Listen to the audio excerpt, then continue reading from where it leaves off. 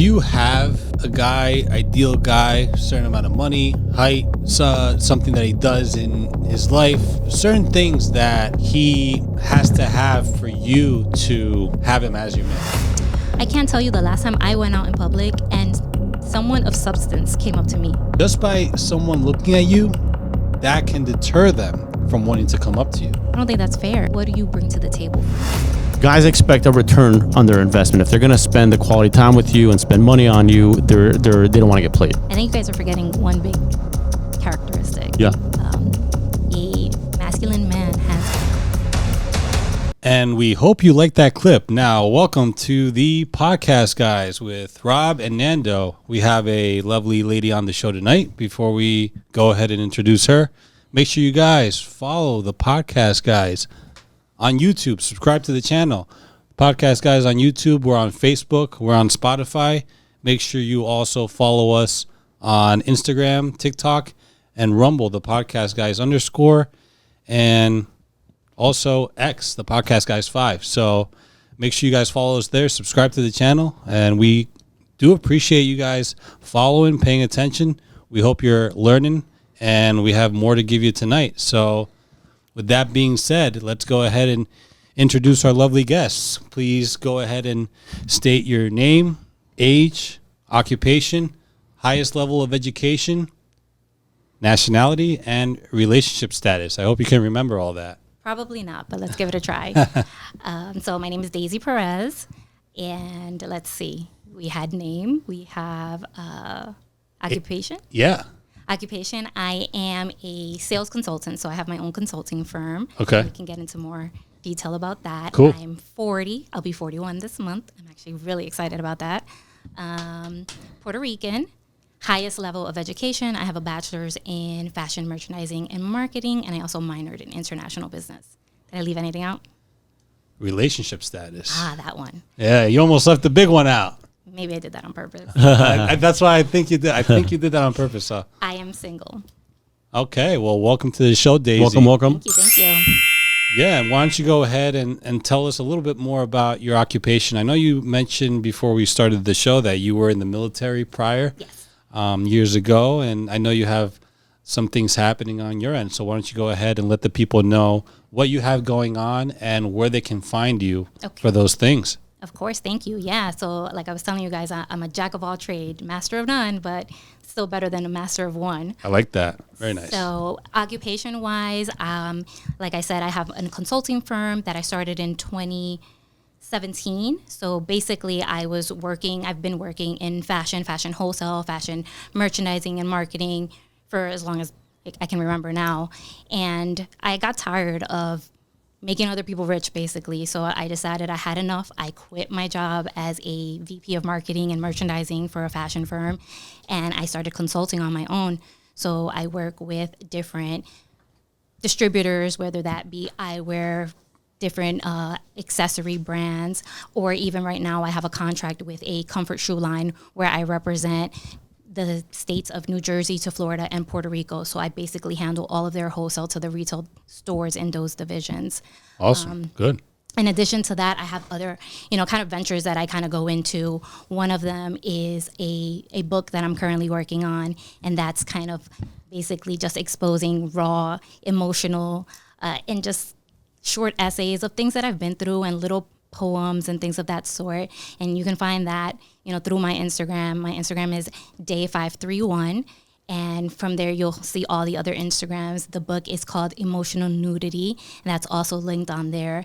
Another project that I'm working on with one of my great friends is a new candle line. So it's a luxury candle line. And again, taking from my experience in wholesale, sales, fashion, distribution, and all of that I've taken on throughout the years, we're launching this candle line, and that's going to be called Favor, and that's FVAR, and the Instagram is at FVAR Home, and that's also, you can find that on my Instagram, and one more time, that's day531, and again, that's day like Daisy, and 531 my birthday. Awesome. Great. Well, Daisy, welcome to the show. That's great for you. You have a lot going on, and hey, that's we do see that a lot with the ladies out there, independent women. They have their own thing going. So, Rob, why don't you go ahead and start us off with a question that involves these independent ladies that we have out there nowadays? Yeah, so first question of the night. So easily over the last 10 plus years, there's been a massive female independence movement, right? It's pretty evident that women are doing their own thing. If I'm not mistaken, I think most of college enrollment is majority female now. Females are getting their degree, starting their own businesses. You seem to be very successful yourself, very driven, self-efficient. So what I wanted to ask is, what do you think drove women to take the independent route? Is it because men just aren't bringing enough to the table anymore? Is it feminism? Is it just they want their freedom and they want to be able to count on themselves? What drove so many women to the independent lifestyle? Well, I can't speak for all women. I can speak for myself. And I know for me personally, and I think a lot of women, even though, like I said, I can't speak for all of them, it's survival. Mm-hmm. It's not, oh, I want to be a man or I want to be better than a man. It's, I have no man to show me and do this for me. I have no choice but to do it. Mm-hmm. So again, it's a survival instinct that has come over us women.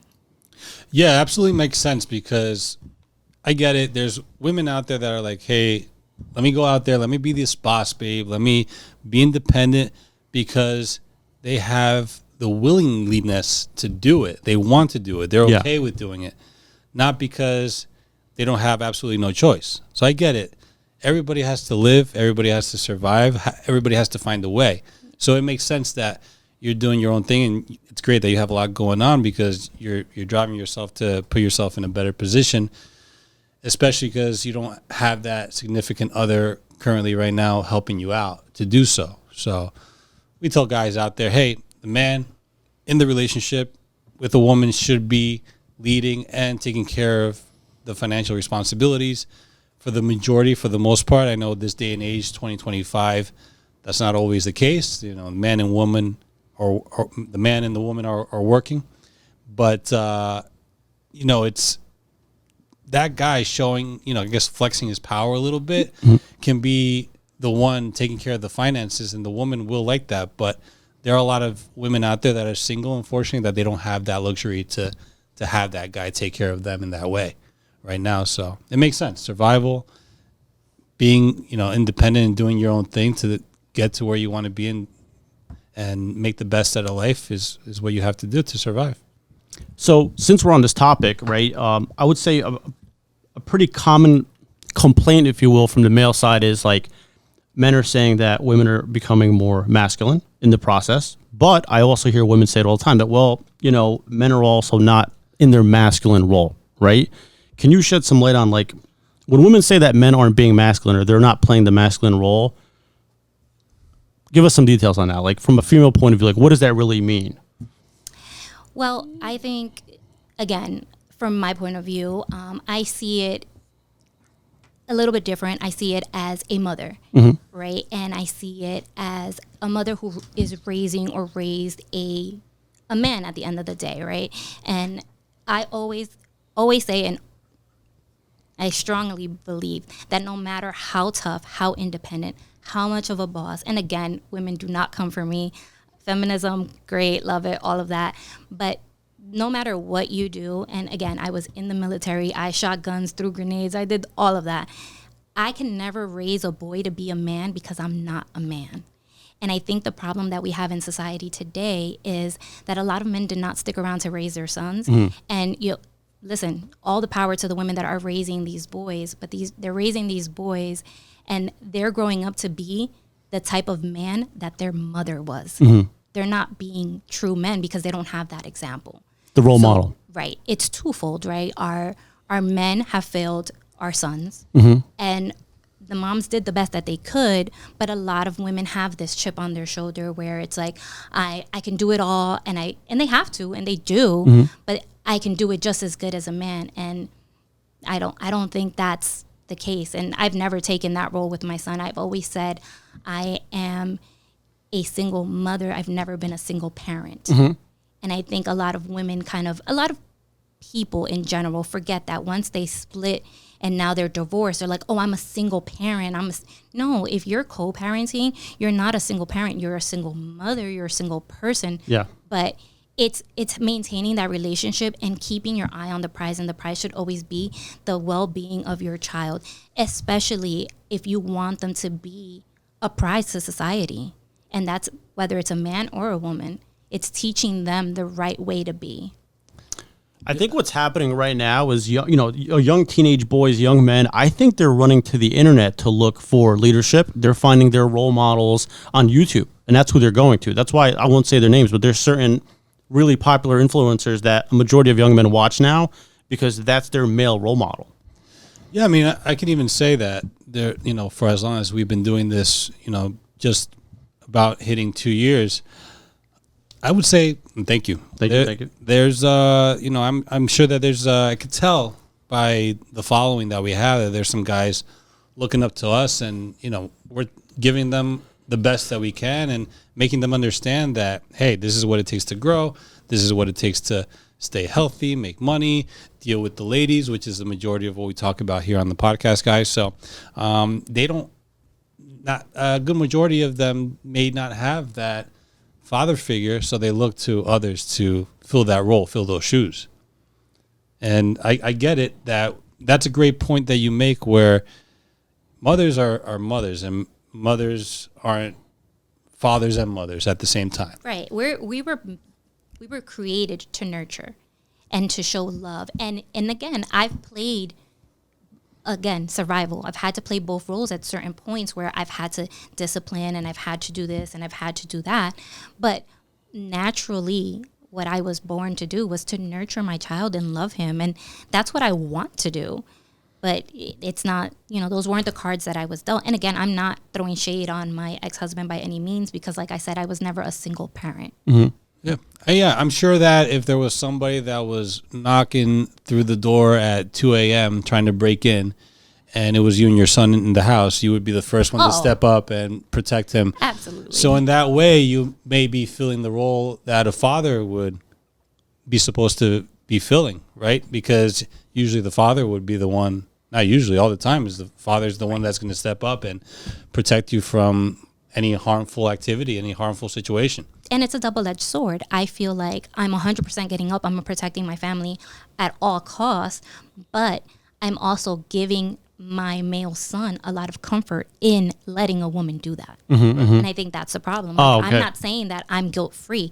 There's a lot of things that I know my son is very like, my mom got it, because his mom has had it, where, I shouldn't have had to. Right. I'm thinking it's just motherly instincts. You have your son, you're his mother, of course, you're older, you're the adult, so you're gonna jump in. But now that he's 18, you said he's 18, he's gonna be more able and physically strong enough to be able to protect himself and you as well. I'm hoping so. Yeah. Well, you did a good job. Yeah. You said your son is in school now, training to be a airplane mechanic. So I think you did an overall amazing job. Oh, I'm extremely Stayed proud. out of trouble. He's in school. He's on the right path. So Yeah, that's wonderful. And you, definitely give you a little celebration there, because there are a lot of women out there that they kind of, they look the other way to that sort of thing. They don't really understand that they are the woman when they're the single mom, and they're not representing the father. They're representing themselves as the mother, and that's it. They're showing them,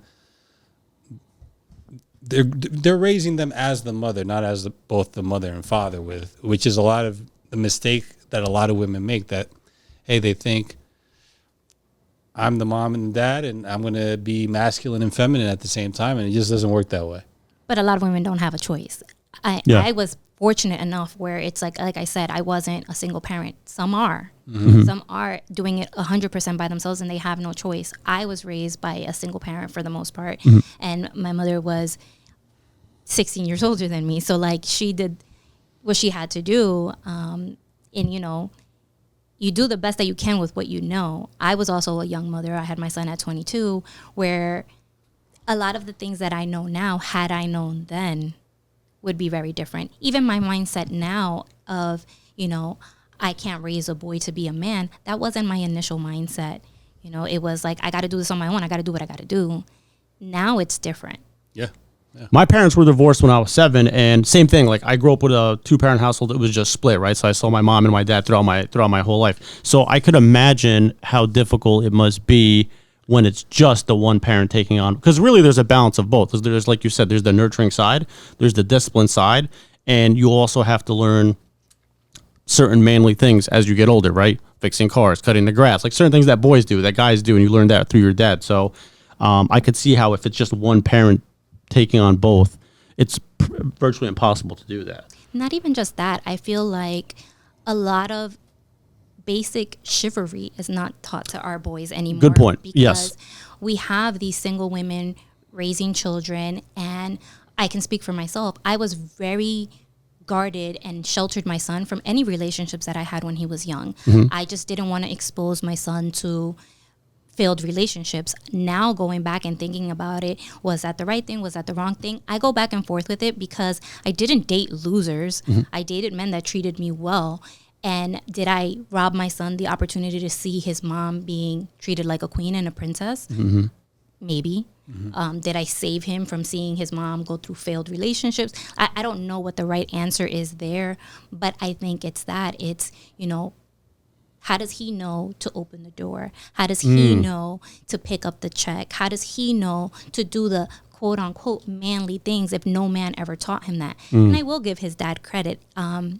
Anytime that we were together as a family for any reason, and we separated very early on, my son was 1, his dad would open the door for me. If it was raining for any reason, he would get out of the car with an umbrella, and I wasn't his wife, I wasn't his girlfriend, I wasn't anything, but he would tell my son, you treat your mom like a queen. Yeah. And I'm grateful for that, but that was minimal interactions. My son didn't get that on a regular basis because I deprived him that.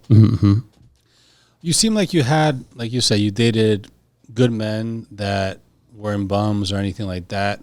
What was it that didn't keep them around for the long term? What was the issue? Me. The problem was me. The problem. Well, what went down? Was it arguing? Was it just like, what would typically happen? No, absolutely not. I have a very strong opinion on arguing, and here's my rule. I feel that there's only 2 reasons to argue. The one reason would be you're going to argue to make up, or you're going to argue to break up. If we're arguing to make up, let's just make up. That's the fun part. Yeah. If we're arguing to break up, why are we arguing? Let's just call it a quits. So in my opinion, there's no reason to argue. The problem I had was I was I didn't have examples of what a nurturing, successful, loving relationship was. I just didn't see that growing up. So I didn't know what that was like. And I was very much just not in tune with my feminine side, not in tune with my emotions, and I kept myself very guarded. I would go into relationships with rules. I would go in with expiration dates, like, okay, I'm going to date this guy for 3 months, just because. And the 3 months kind of came from, in 3 months, you can't really get to know a person because I feel like the first 3 months, it's the facade. It's the fun part. It's the fun part. Yeah. And I would limit it to those 3 months. A lot of the times, obviously, those 3 months got extended for whatever trial reason. period, and then we'll see if you can sign up with another email. Let's renew again. I'm having fun. Right. And we did that. But I was very upfront that I didn't see a future, and I would go into the relationship basically dooming it from the beginning. And I think I've learned that's a lesson that I've learned as I've gotten older, where no matter how you go into the relationship, whether you want marriage at the end, whether you just want to have a good time, you have to put in effort regardless. You might as well put in all the effort. If it fails, it fails. It's going to fail anyway, but at least you gave it your all. And it goes back to like just lessons that we teach our children, right? Like if you're going to do something, fully commit to it, do it. That's what we teach our kids, but I wasn't doing that. I was always half in, half out, and kind of looking for the escape route because I thought I was protecting myself from getting hurt. Okay. Was this something where the result of the relationship of being with your ex-husband, is it something that made you think, okay, now I have to have guidelines for the guys that come into my life? You know what? That's a great question. And I can't pinpoint exactly when I decided that I needed all these rules and regulations to live my life. I think, being, again, in the military very young, being exposed to, not for nothing, men. Yeah. They're everywhere. And an abundance of men, especially in the military, and kind of just seeing the behavior that was on the other side of that. And saying, oh, I'm not going to be anyone's fool. I think that's kind of where the guarding started to happen. I met my ex-husband after the military. And again, I'm really big on becoming friends with the people that I date. Mm-hmm. And we were friends. And it wasn't until it went from, that friend, that 3-month period mm-hmm. to where it's like, oh, now this is real. It's like, oh, I don't want to do this. Uh-huh. And again, it wasn't anything. I mean, he had his issues, I had mine or whatever, but I don't think he's the determining factor to that. I think it was a accumulation of failed attempts at relationships. After him, obviously, I went on to another relationship, and I'm single today, so none of those relationships have worked. And I do feel that in the beginning, I was putting in the effort, and I got hurt once. Uh-huh. I won't say that my true hurt came from my ex-husband, but that one hurt definitely. We all have those. That one will change you for good after that. It'll yeah. So it was like a life-altering. Yeah. So I went through one of those, and it was, at that point where it's like, oh, no one's going to meet my son. Oh, no one's going to get into my heart. And I have the capability of being very cold. And it's like, okay, bye. And yeah. So that being around men and, having, I guess, that mentality that kind of set into your mind of a man set you up for these situations to be what they are, where you didn't really want to commit to them, because a lot of women say that men have trouble committing. So did you feel that you were in that same spot where you had difficulty committing to a man? Absolutely. I think my perspective was very much in tune with how men were thinking at the time. And I was trying to be a couple steps ahead of them, right? Oh, I know how you work. I know what you do. And I can play the game way better than you, because at the end of the day, men can do what they do. Men can lie, men can cheat, men can do all of that. But women can do it better. Because for the most part, we can do anything better than you guys.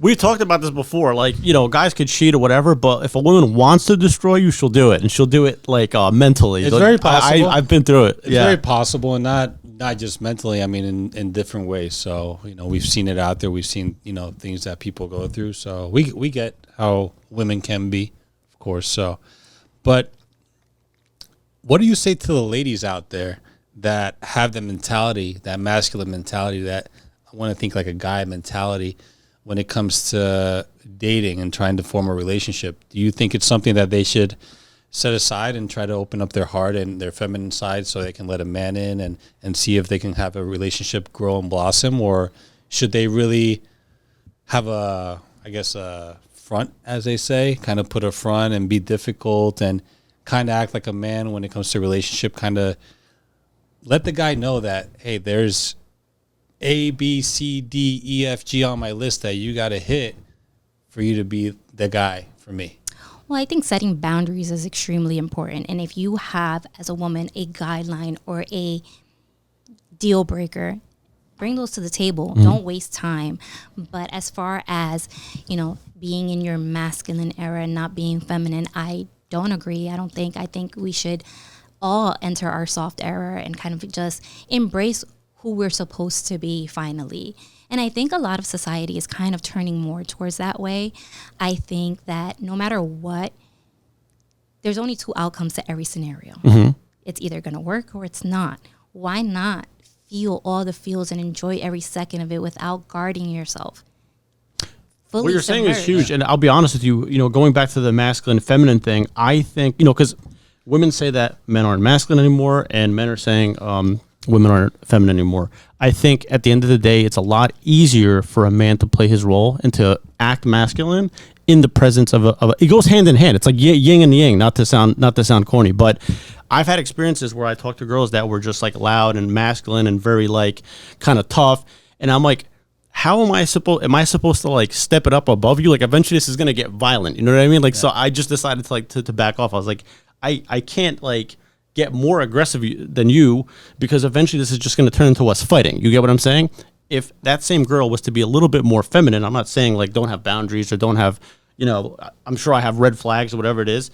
But if you act aggressive or standoffish with a man, how is he supposed to act masculine and be a good boyfriend or husband? It doesn't work. So I think both have to happen. Yeah. Absolutely, I agree. I actually just heard something recently, and that kind of reminded me of it. it was an interview. I forget what actor it was, and the question to him was, "What's the biggest lie anyone's ever told you?" Okay. And his response was, "It's not that simple." And the interviewer said, "Well, why not? Why isn't it that simple?" He goes, "No, that's the biggest lie. It's not that simple." It is. It's really simple. If you're not clicking with this person, that's not your person. It shouldn't be that difficult. Yeah, right. And the right person will bring out your masculine. The right man will bring out your soft feminine side. I've experienced this myself. Yeah. Even if the person isn't your person, if he has the characteristics and the traits of a man that would be an ideal partner, you'll feel the urge to be soft. 100%, 100%. I mean, I think we should put a little microscope on the ladies, even though, you know, there's certain things with men and women. But for the ladies, I think when they ask the question, you see it on TikTok sometimes, oh, why am I single? You know, why am I single? Why aren't guys asking me out anymore? I think it's one of those things where they need to take 2 or 3 steps back and really look and think, is it something I'm doing that I need to change to be able to attract men my way? Because let's say you have that RBF, that resting bitch face, right? Guilty. Where you have one of those? Yeah, so that's the thing, where women have the resting bitch face and they look like they're unapproachable. Guys don't want to go up to them. So it's one of those things where you have to evaluate yourself first and see, what am I doing wrong? Because there's many people out there that may be interested in you, but you don't realize that you may have a problem. Just by someone looking at you, that can deter them from wanting to come up to you. I don't think that's fair because, like I said, I'm one of those girls. I can't tell you the last time I went out in public and someone of substance came up to me. It doesn't happen. And is it my face? Maybe. Is it my fault? I don't think so. I don't even realize that I have, you know, that RBF. And at the end of the day, if you get to know me, I'm going to smile. I'm going to be friendly. Like, I'm not rude. I work in sales, for crying out loud. Like, I have to be personable. But if I'm just standing there, again, I'm literally just standing there. It's not my fault that I seem intimidating to you. That's fair to say. But what signs do you give to a woman? What signs do you give to a man to come up to you if you have a liking or an attraction for him? So, personally, I don't go out to attract men. I go out to have a good time. If I'm leaving my house, it's to have a good time. And 99% of the time, it's with a friend, with the intent of like a birthday, a dinner, or something of that sort. So I personally can't, address I'm going out to meet men and I do this XYZ so that they can approach me. I will say on a day-to-day basis, like I travel a lot for work. I travel by myself a lot. I make an effort to go out to dinner. I'll sit at the bar. I'll do the things that you're supposed to do for people to come up to you and talk to you. It just doesn't happen for me. Well, the thing is that for those situations, maybe you're in that position, like you're putting yourself in position to be approached. But is there anything that you're kind of doing when you see a guy that you may like? You may not be necessarily looking for a guy on purpose. You might just be out doing your thing, enjoying the time, having a drink, doing some fun activity, whatever it is, sitting poolside. And someone catches my attention. And someone catches your attention, right? What do you do to try to get them to come over to you? Because, of course, you're not going to go up to them, right? Ladies, though, most ladies, even though things are changing a little bit now in 2025, women are being a little bit more aggressive. But most of the time, women aren't going to go up to a man and ask him out. They may go up to him and spark a conversation or say something or whatever, create some sort of communication between them, but they won't directly clear cut, hey, I like you, let's do something tonight, or let's hang out right now. I think you're cool. So I think a younger version of me has definitely gone up to the guy and started a conversation and been the, aggressor. And I've gone out on dates with those guys and had a great time. But at the end of the day, it always sticks in the back of my head that he wasn't man enough to talk to me first. Interesting. And now, Daisy 2.0, this version of her, I'm not going up to the guy. If I make eye contact with you and I think you're attractive or you caught my attention, I'm going to give you a smile. Universal, come talk to me. Okay. If you do, you do. If you don't, you don't. Okay, so it's the eye contact and smile at the same time. Like, what else am I going to do? Okay. Going back to the masculinity thing, I think a masculine trait is you go up to the woman and you don't care whether she turns you down or not. And I think nowadays men need more of that. Because we were having this conversation before we started recording that a lot of men have a what do they call it? Approach anxiety.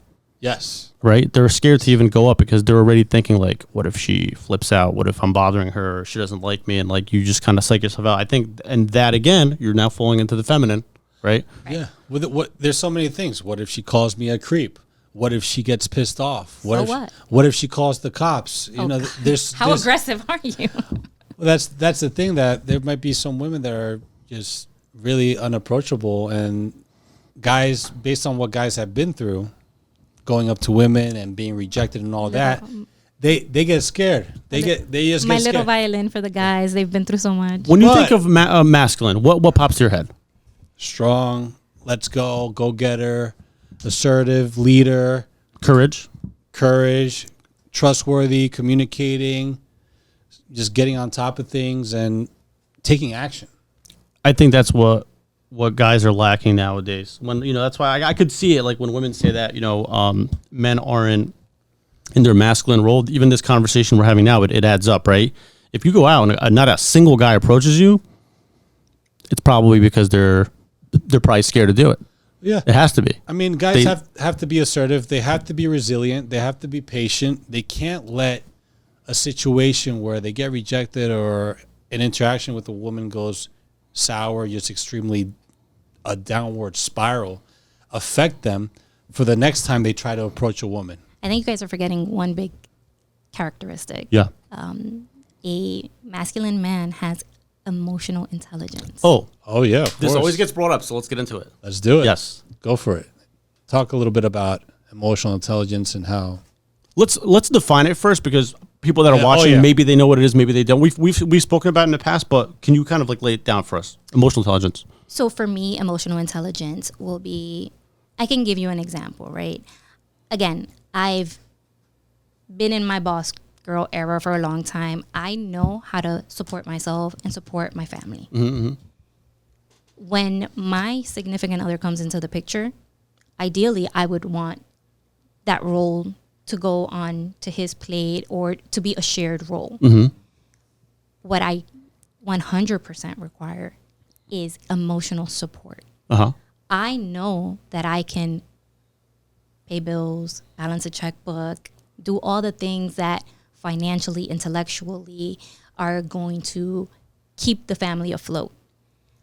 But sometimes that man that gives you a hug and just makes you feel like you're home and you're safe, and the emotional intelligence to understand when you need that, that's a man to me.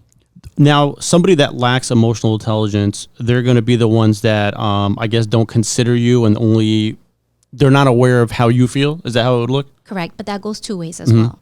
Another form of emotional ignorance, if you will be, and this is a very man trait. If I come to you and I tell you about my bad day today, 99% of the time, your reaction is going to try to fix my day. I don't need you to fix my day. I need you to support me in my bad day. To listen to it. To listen and hear you out. Right. Yeah. As opposed to, well, what are we going to do? Okay. How are we going to fix this? No, like that's not what I need in this moment. You need to air out. Right. Let me vent. And if I do want your help and advice, I'll ask for it. But I think that emotional intelligence, that capability of understanding what a woman needs, even if it's a simple hug, is just lacking in a lot of men. See, I think this is a good one for guys to pay attention to, because we hear emotional intelligence a lot, but I don't think most guys really get what it is. Yeah, I think they don't get what it is at all. I used to make the mistake back when I was much earlier in my dating age, and I used to hear women tell me their problems, tell me their issues, and I was like, man, I really care for her. I got to try to do what it takes to be, I'm a math guy, so be a problem solver. Right. Solve the problem, right? Solve the situation, because I really want to be there for her. I want to help her out. But what I didn't realize is that she kind of has to do her thing and have someone to listen to her moan and groan, cry, scream, whatever it is. It's a support, basically. Yeah. To support her so she can just have that release, because she can't have that release in any way to anybody else. Right. And I also think that another component that we're forgetting, a lot of society is in a rush to get into these relationships and be loved when they don't know how to love themselves. Mm-hmm. And at the end of the day, if you don't love yourself and you're not comfortable with yourself and who you are, or even understand yourself as a person, it's impossible for someone else to understand you, to love you, to know how to love you if you don't even know how to. If you're like a self-conflicted person, right. Yeah, I agree with that. And definitely. And a lot of us have been there, right? Yeah. I'm not gonna sit here and say I'm 100% healed, but I've done a lot of work and I'm in the right path. I'm on that journey where it's very easy to identify the people that are not now. And I think that's also something that's kind of putting up blockers and being blockers for me, where it's like, listen, you seem like a great person, but you have no idea who you are. And until you know who you are and how to love yourself, what do you bring to the table for me? And to me, that's what it comes down to. You can have all the money in the world, but it means nothing to me if you can't support me emotionally. Mm-hmm. And even with that, like, I've been in a situation where the person loves me and I know that they love me and I love them. However, they don't know how to love me. Okay. They don't know how to love themselves. Okay. And because of that, I can't be in that relationship. And it's knowing the reasons why and understanding them. And that's the emotional intelligence that people are lacking. So it's basically like men don't know how to communicate on that level with women, from what I'm getting. And you know what? You used the word communicate, and we were talking about this earlier. And I think that word is thrown around a lot as a huge characteristic, but it's also misused. It's not about communicating. It's about comprehension. You and I could communicate till we're blue in the face. If at the end of the day, you can't comprehend what it is that I need and what it is that I'm saying, and I can't comprehend you, yeah, it's a void point. Yeah. We're going to get nowhere. Yeah. Well, I think it's also, people have to figure out and be alone and get to feel whole, I guess, alone, and fix themselves, whatever 100% negatives that they have. Positives, build on that. Any negatives, just work on themselves before they bring somebody else into the equation. Yeah. Because then it's going to be like two bad peas in a pod type of thing. I agree with that to a degree. I 100% agree that you need to work on yourself and be by yourself to know yourself. But I don't agree that all the work you don't have to go through it 100% alone. I feel like if two people are on a healing journey, you're both on the train, whether you're on two separate trains, but you're going in the same direction, you guys you can coexist and you can be a support for one another. And I mean that it gets to a point, obviously, you have to get to that point where you can be emotionally intelligent enough to be able to continue to heal and grow while supporting someone else that's continuing to heal and grow. And even if your guys aren't on the same exact wavelength, like I could be, a train analogy, 3 stations ahead, but we're still going in the same direction. The end goal should always be the same. Yeah, I just think people aren't doing, both men and women, I don't think they're doing enough alone before they rush into a relationship. They rush into a relationship before they worked out their kinks. Well, you're filling a void. At the end of the day, there's that emptiness that everyone wants to fill, and whether you're filling that with, bad habits or bad relationships, you're trying to fill that. I mean, eventually, you have to work on yourself, build that relationship, and fill your own cup. Like, it's not about pouring out of your cup or pouring out of an empty cup. It's the overflow. My cup should be so full all the time for myself that you get my excess. It's not, I have a full cup, let me give you half of my cup. Right. And I want the same thing in return. I don't want half of your cup. I want your overflow. Mm-hmm. Yeah, Makes sense. there should be a little bit of a mix from each. Yeah. We should be able to fill another cup. And then balance each other out. Right. Yeah, I think that's great. I think that's important. I think that people just rush too quick, and then that's how things kind of fall apart. Now, is that something that you feel when you were younger? Do you feel like you rushed into a relationship and becoming a mom, like things kind of unraveled a little too quick? I mean, becoming a mom was not a planned event. Best thing that ever happened, obviously. Right. But I think that was a very young version of me, where, again, I was 22, so my frontal cortex wasn't even freaking developed, so I shouldn't even have been allowed to make those type of life decisions. But I think once I hit a certain threshold in my life, that's where things started kind of like, I'm making my choices at this point. Sure. 100%. I have something that I'd like to transition into. So the emotional intelligence one is the most common one I actually hear from the female side. I think just about every guest we brought on did mention that. The male version of it, and Nando, you could tell me if I'm on point with this, men generally say that women don't take accountability. I agree. Why do you think men say that? It's a common thing. It's a pretty broad thing to say, but what do you think it comes down to? It comes down to the blame game. Mm-hmm. Women are really, and it's sad, but it didn't work out because he wasn't this and he didn't do that. And we forget to look, it takes two to tango. What did I either bring to the table that caused him to react that way, or didn't bring to the table that made him react that way? And it takes a lot to be accountable for your actions and not even your actions, but your responsibility in the failure of a relationship. And even if it doesn't end on bad terms, take accountability and kind of take inventory of what happened in that relationship or in that time frame. Why didn't this give me the outcome that I wanted? What did I do, or what role did I play into that? And I think women don't know how to do that because it's a very vulnerable state to take. You took the words right out of my mouth. You do have to go into I can't even say the word, vulnerable state to admit to yourself that you actually caused something to go wrong. And some people, it's very hard, very, very hard to do. It's hard for all humans at the end of the day. And I think this is something that I've worked on very recently. And within like the past year, it's been like, you know what?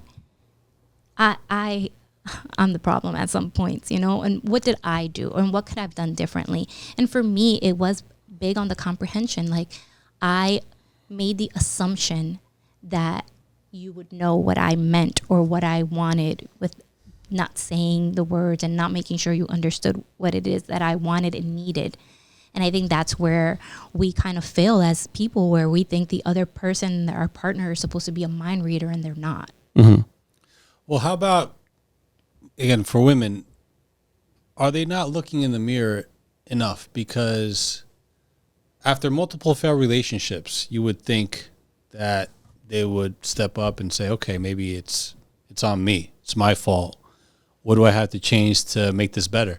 After having a previous relationship with the man and then breaking up, and then he goes off to get married and have kids, and then she's still the one single, it seems like there's no, hey, let me look at myself and realize what's the problem.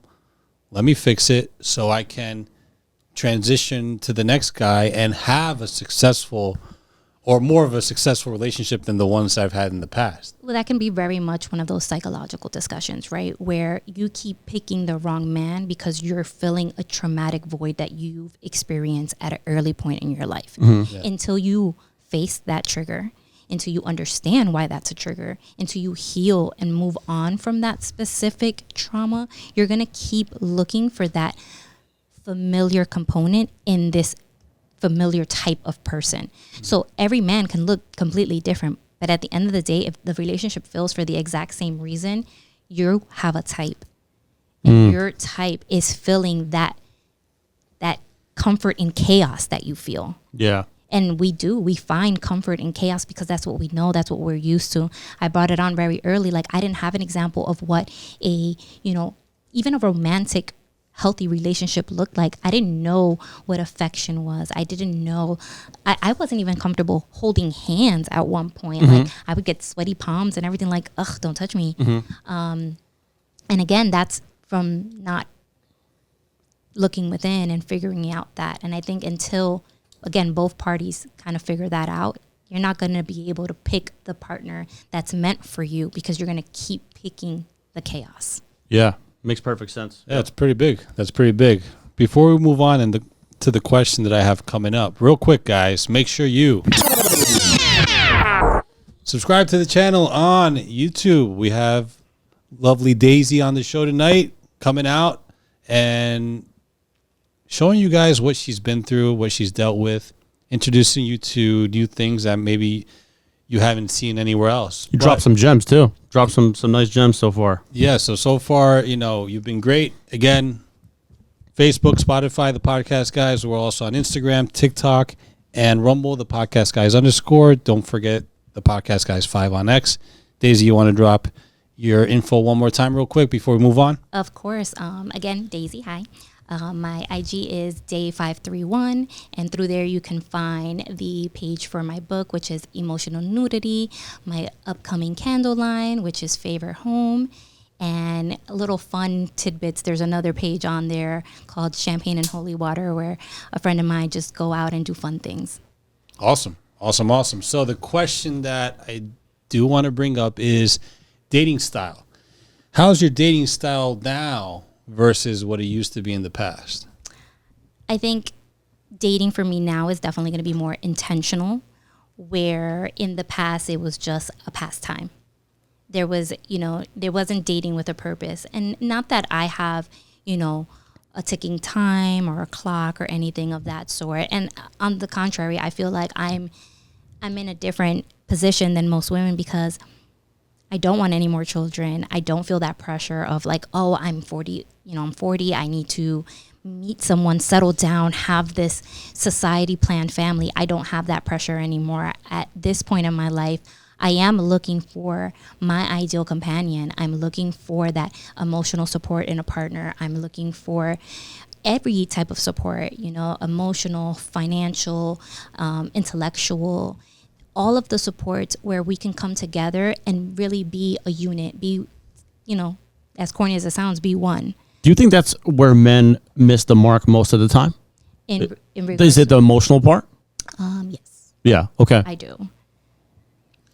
Do you have a ideal guy, certain amount of money, height, something that he does in his life, certain things that he has to have for you to have him as your man? Of course, we all have our ideal person, the characteristics and the attributes that we would want in a partner. Personally, at this point, for me, what it is if you can give me that feeling of home, like if I hug you and that hug feels like home, that's that feeling of safe, that's what I'm looking for. And that's just not common nowadays. And also there's so much of the superficial stuff, right? You can go on these dates and it's like, how many times do I have to have the same conversation, right? Like, what do you do for work? How many siblings do you have? Do you have kids? What's your favorite color? I don't care. Yeah, right. I don't care. Right. And I don't care to want to care. Right. And I know, obviously, I have to go through the process to get to, what I want at the end, but I kind of just want to kind of cut through the tape a little bit. Like, ideally, it's like, what's your end goal? Like, what is it? What are your goals? What are your, 3 months, 1 year, 5 years?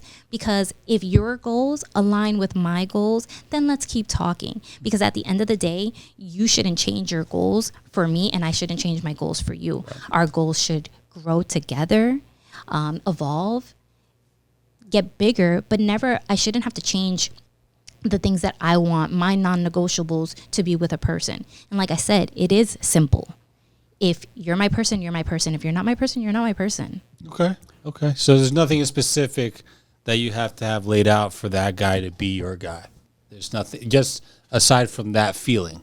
You want to see, though, that there's a chance of a future with this person. Absolutely. Yeah, I get you. I want to, again, if you're just looking for, hey, I'm here for, a good time, not a long time. And let's see if it works out type of a thing. I've been there. I've done that. And I've done that better than most guys. Like, I'm good. Like, at this point, it's like, no. I want substance. Okay. Yeah, because there's a lot of ladies out there where I was trying to get at is that they need a guy that makes $100K a month, maybe $2 million a year. Where are they at? Oh. Because that's what? 0.2%? Yeah. That's what we always say. It's a very small percentage. I'm a numbers girl. Like, let's get real. Yeah. And not including that they want him 6 feet tall or higher. Not including that they want him to be physically fit. Not including that maybe they want a certain nationality. I will say this.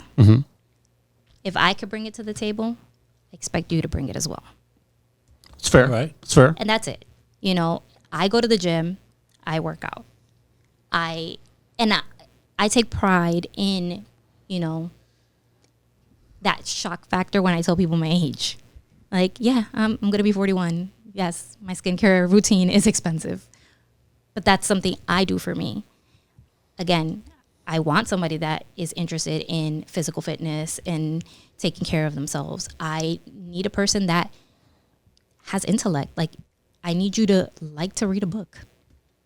I'm going to need things in line with me. I'm a big traveler. You need to enjoy to travel. I love trying different foods. So we have to work out because I eat like a savage, like, things of that sort. And even with religion, like I want my partner to be in line with the same beliefs that I have, so in every aspect of it. And we need to want the same things. Like, of course, there's always going to be compromise, and that's important in every relationship. But I come in very strong saying, I had one child and I am done. Yeah. And that is a non-negotiable for me. And I've come across great men, but you can't be great for me because you want children. I gotcha. And you deserve that. And you should have that. I'm just not your person. Right. And then it's like, oh, you can't compromise. No, that's not negotiable. That's one of those things that it is good to get that out of the way right off the bat, because I can't imagine like having that conversation 2 years later, right? Yeah, that's something you kind of have to get out the way. Yeah. And I'm not a tall girl, but I like to wear heels. Like all power to the short what you described. Gangs, I think men should aim to be well-rounded. Like, you don't, like you said, like you don't have to. What had you say before? A jack of all trades and a master of none. I think at bare minimum, men should work out. They should read. Take care of yourself, get a haircut, be clean. Like, I think you should be well-rounded. Like, you don't want to just excel in one and completely fail in the other, you know? So it's a good way to. So to add to that, are there any dating non-negotiables, or were those the dating non-negotiables that you just mentioned?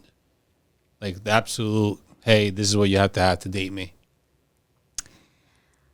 Yeah, I guess those are the boundaries or the hard yes or no's for me. I think being intentional, knowing what you want, knowing who you are. Don't step to me. Don't ask me anything if you don't know who you are and you don't know how to love yourself. That's a waste of your time and my time, and I'm not going to be nice about it. Right. Nobody wants to waste time. Right. And again, it's not one of those, oh, you're wasting my time because I have a timeline that it's time is precious. That's all we have. Right. At the end of the day, that is our most valuable asset. And why waste it? Yeah. I mean, we all have 24 hours in a day, and, we can accomplish so much that if we put that time to something else that is not going to be something that's a good part of our life, then that's time wasted. So it makes sense. Question. So do you generally see that guys don't know where they're going to be in 5 years, or is it like, what kind of typical answers do you get? Like, do guys seem like they know where they're going in the future, or what vibe do you get from them? I kind of come across two different types of guys. I come across the very, I have it all figured out guy. Okay. And that's also a turn off. Like, were they a little bit too cocky? Yeah. Okay. Very arrogant and full of themselves. Like, I'm going to do X, Y, Crypto, Z. and I'm okay. Like, okay, I need flexibility too, right? Like, have your 5-year plan, but like, have room for either growth, improvement, pivot, something.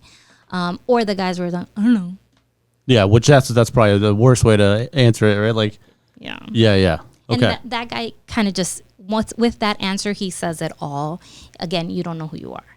If you don't know what you want for yourself in the next 3 months, 1 year, 5 years, you don't know who you are. It's another thing that I think, again, guys overlook because we are painfully simple. And I think when we go on a date, we're not even prepared to talk about that stuff. I'll be honest with you. I think that's heavy conversation for even for a first date. I think It a is, first it date is. should be light. It shouldn't Should be be an light, interview, should be light. but it should be, seamless. It should be effortless fun. Mm-hmm. And if we can't converse and keep a conversation going for more than 25 minutes, Yeah. this isn't going to work because I like to talk. Yeah. Yeah. 100%. 100%. Yeah, you have to be able to enjoy each other and do things that you can both be compatible about. So I think very, very important.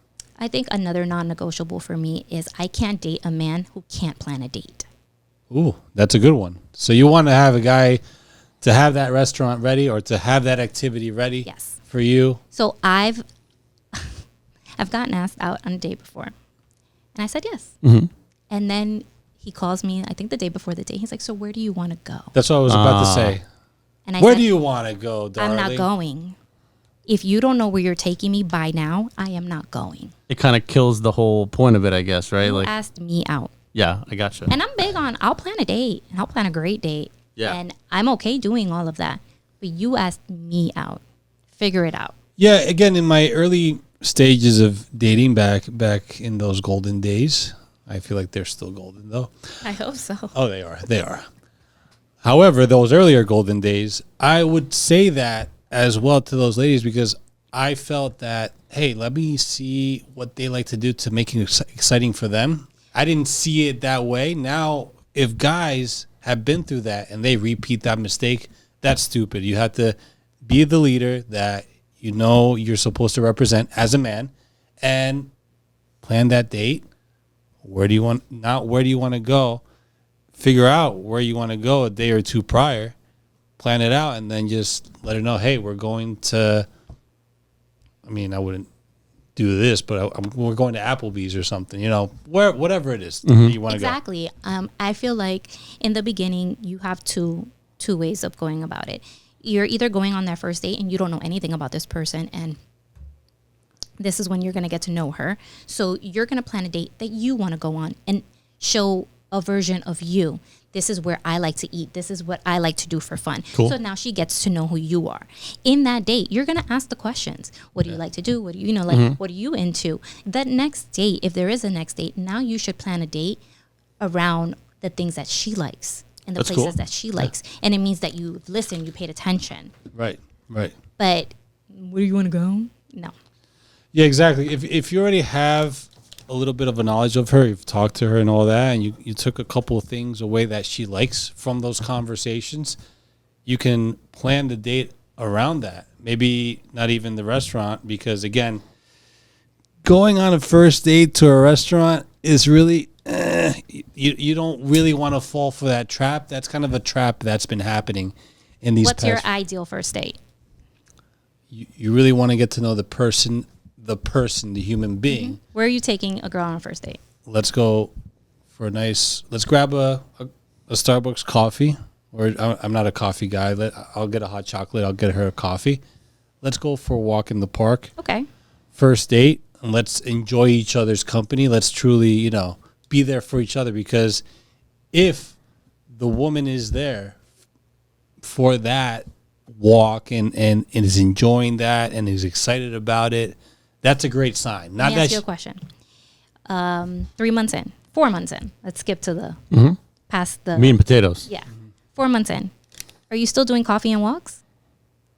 that's part of it, but no, there's No. already been more activities that have Again, happened prior to Is that still something that you're gonna want to do? Because if that's not something that you do and enjoy doing, don't take me on that date, because that's not who you are. Oh, I see what you're saying. Oh, yeah, it's something that I'm going to like doing. Yeah, So the sure, last couple of sure. dates I've been on have been great, actually. Museum, and we walk around, and there's, first of all, I think guys like, oh, money and things cost so much. Like, museums usually don't cost much. And if you time it right, like, you could probably get away with not paying anything to go into a museum. There's a couple museums that do museum after dark, which is like still a nighttime activity, and they have DJs, and it's fun. Anyone that knows me knows that that's my jam. I like doing things like that. So that's another one, like go to a museum, walk through Central Park. Like, again, these are longer. I think you need more than 30 minutes. I've been interviewing and doing actual one-on-ones with people for my entire career where you need more than 30 minutes to get to know a person, whether you want to hire them or bring them back for a second interview. Definitely, yeah. So I think 30 minutes, 20 minutes in a coffee, like, again, the first 3 months are all superficial. Imagine how fake you could be in 20 minutes. That's true. I get what you're saying. I guess it's too short of a date. Yeah. Well, I've had my long walks in the park, or we've had a walk, like a couple laps, and then we sit and talk for a bit. Okay. So it's not like, we hung out for 20, 25 minutes, 40 minutes. That was it. It was probably like a But then 3 or 4 hour thing. On the adverse of that, just going on to different dates that I've been on recently, I've gone to a fantastic dinner. Mm-hmm. I love culinary experiences. Mm-hmm. Obviously, this person knew me, so he was taking me on this type of date. Mm-hmm. That's different, but go ahead. Yes. But I've also been on those type of dates on a first date. Mm-hmm. And again, it's a culinary experience when I enjoy. Obviously, you need to know if the girl likes that or not. There's girls that are happy with the 20-minute coffee. I'm not one of those girls. Okay. Take me on the culinary experience, and it doesn't have to be like a 20-course meal costing a gajillion dollars. Like, we can go to Applebee's 2 for $20. But the point is, like, I'm watching you how you interact with the waiter. Okay. I'm watching your mannerisms when I get up to use the bathroom, when I get out of my car. And it's all a test. Everything is a test. Let's keep it real. But in that time frame is where it's like, again, the biggest thing for me is how long can we converse for? How long can we keep each other entertained? And how long are you entertaining me and me not entertaining the two of us? Okay.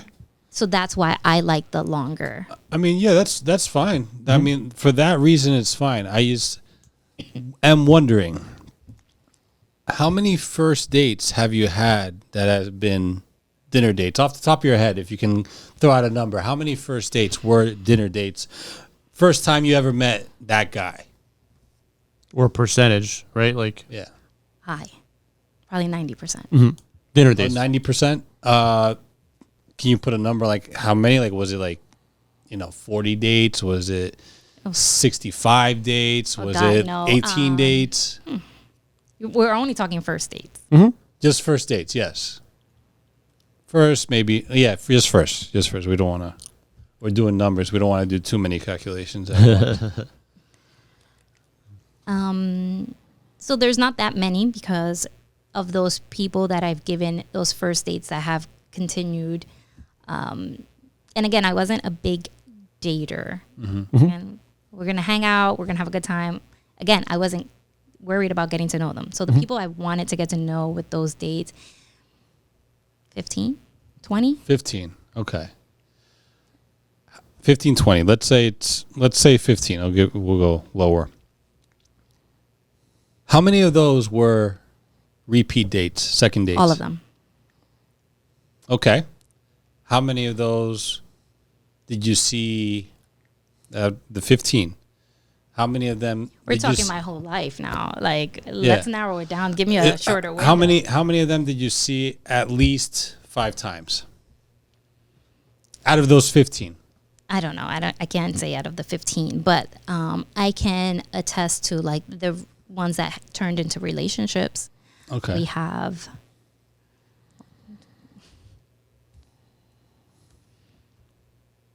actually probably like 10. 10 relationships? Like not relationships, but continual It went dates. somewhere. At least Okay. the 3 months. Okay. So it went somewhere. Right.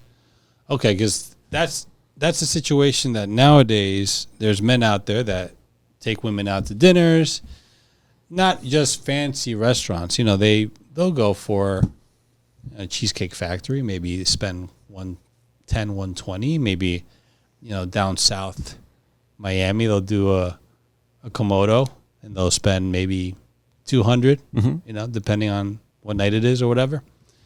New York City, they'll go to a fancy restaurant, spend whatever it is. Of course, the fancy dinners, there's 600, 700, 800, 1,000 plus. We don't have to go that high. But there's men that, let's say, to be fair, anything over 100, 100, 115, 120, because of course inflation, economy is all that. It's going to be hard to avoid a 60, 70, $80 date. But we have to have a cutoff. So 100, they spend that, and then they feel regret afterwards because it doesn't really go anywhere. It just kind of tapers off, and then they feel like the date was mostly for a woman to come out and have a free meal. It doesn't go anywhere. So that's why. So here's how I see that. Go ahead. I am an avid believer in, if I loan someone money, I don't loan money. In my head, I gave that person that money. Okay. I don't expect it back. And I think that's the mindset men need to go into dating. You're going out, you're investing in a potential partner. Mm-hmm. So you're investing in yourself at the end of the day.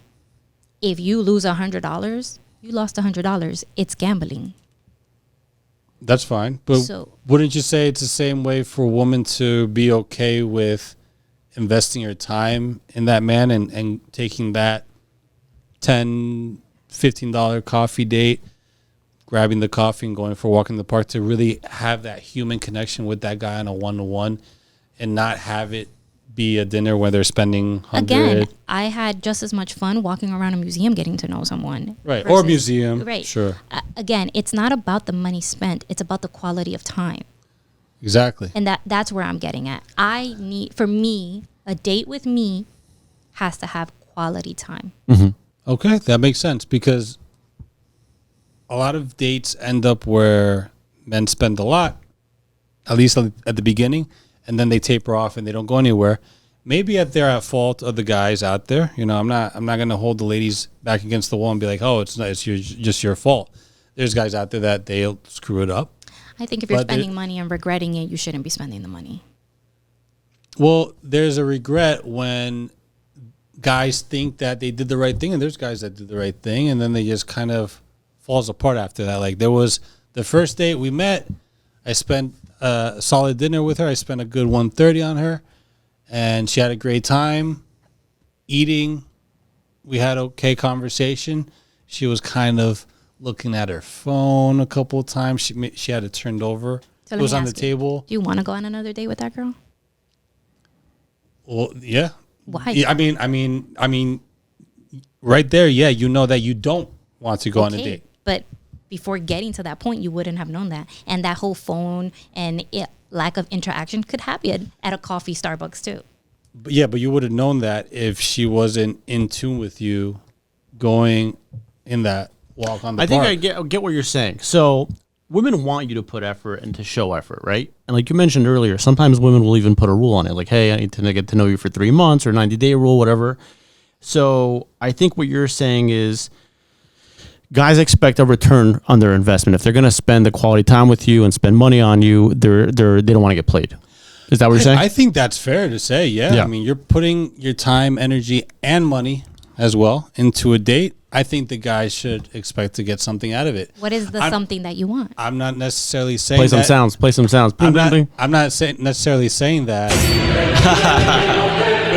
men should be getting laid on the first night, even though there's nothing wrong with a one-night stand. But I'm sure we've all been there. I have.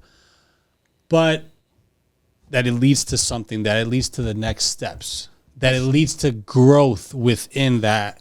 But the date that you mentioned, why would you want to go on another date with that person? Because there's attraction, there's no, there is no chemistry, chemistry. You just said she's on her phone. The conversation is Oh no, I'm saying the one that wastes not the one that wastes your time, the one that you have a connection with. Okay, so then you don't feel the regret on that one. You just have to put in more time. More time to get what it is that you want. More time, possibly eventually, as you have more dates with that person, more money, because eventually you'll get to the dinner date. I'm not saying don't take her on the dinner date. And shout out to Czar again for kind of chiming in on this in the previous podcast that we had with him. But it shouldn't be the first date. It could be maybe the third. I don't disagree with you. I'm just saying the dates need to have to have quality time, substance, where again we can sit at the park for an hour if you wanted to. It's about where's our energy? Where's our vibe? Where's our chemistry? Yeah, that's And fine. Yeah. you can spend an hour with me at the park. You can spend an hour with me at an Applebee's or a restaurant. We're going to assess that chemistry right then and there. It can go somewhere. It could not go somewhere. The idea of me being on a date and then in the back of my head thinking this man is expecting something in return or a return on his investment right away is, I don't want to go on a date with that man. What are your thoughts on casual drinks for a first date, but not like a loud, rowdy bar, like an intimate, nice place to sit down for drinks, conversation, and then maybe dinner afterwards? I'm okay with that. Yeah. I think that's a cool first date.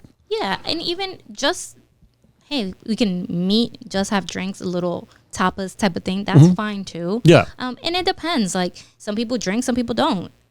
Yeah. So now we talked about communication before. How about within going from the talking stage, dating stage, now it's a serious relationship stage? How important is that communication between those phases? I think it's key. I mean, as well as consistency, obviously. And I know that's a big one, and most women bring that up. But again, the comprehension part of it, like, yes, let's communicate, but what does that communication look like? Are you communicating substance? Are you communicating fluff, right? I don't need to know what you're doing every second of every day. I'm a grown up. I have things to do too. However, if it's things that are going to affect me or us in any way, that communication should be there. If you're traveling somewhere, if you're, going to, if your routine is changing in any way, it's not checking in. It's just informative, right? Like, hey, I normally do X, Y, Z. Today I'm going to do this, like I don't normally come and sit here and talk on a podcast. Like hey, tonight I'm going to go do this. Right. 100%. Okay. That makes sense. And that's just being informed and interested in each other's lives, right? Like that whole talking to getting, like that whole beginning phase, it's like, what are the things that make you tick? What are the things that make you you? I'm really big on, we come together and we each have our own lives. We should always have our own lives and a third life that's us together. Okay. That makes sense. What would you say guys pay attention to on the first date? If they're going to have sex or not.